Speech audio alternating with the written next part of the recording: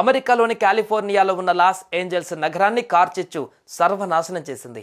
ఇంకా ఆ రాకాసి మంటలు చల్లారలేదు. కార్చిచ్చు ముప్పు పొంచి ఉండడంతో 1,50,000 ఇళ్లలో ఉంటున్న ప్రజలను ఖాళీ చేయాలని ఇప్పటికే ప్రభుత్వం ఆదేశించింది. 21,317 ఎకరాలలో ఉన్న ఇల్లు, వ్యాపార సంస్థలు వైల్డ్ ఫైర్ కారణంగా తగలబడిపోయాయి. 12,000కు పైగా ఇల్లు, పెద్ద పెద్ద భవంతులు, హాలీవుడ్ సెలబ్రిటీల విలాస భవనాలు అగ్నికి హావుతైపోయాయి. 24 మంది ఇప్పటికే ఈ ఊహించని విపత్తు కారణంగా ప్రాణాలు కోల్పోయారు.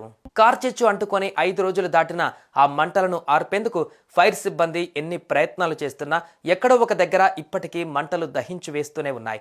లాస్ ఏంజల్స్ నగరం తగలబడిన విజువల్స్ సోషల్ మీడియాను విస్మయానికి గురి చేస్తున్నాయి.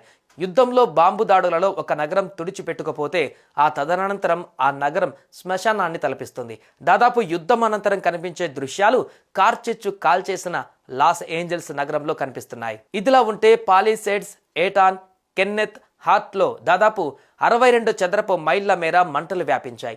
మంటలను ఆర్పేందుకు కాలిఫోర్నియాతో పాటు అమెరికాలోని 9 నగరాలు, మెక్సికోకు చెందిన అగ్నిమాపక బృందాలు పనిచేస్తున్నాయి. లాస్ ఏంజల్స్లో నివసించే హాలీవుడ్ నటులు వారికి కేటాయించిన నీటి కంటే ఎక్కువ వినియోగించుకుంటున్నారని, దీంతో ఇప్పుడు మంటలు ఆర్పేందుకు నీటి కొరత ఏర్పడిందని విమర్శలు వ్యక్తమవుతున్నాయి.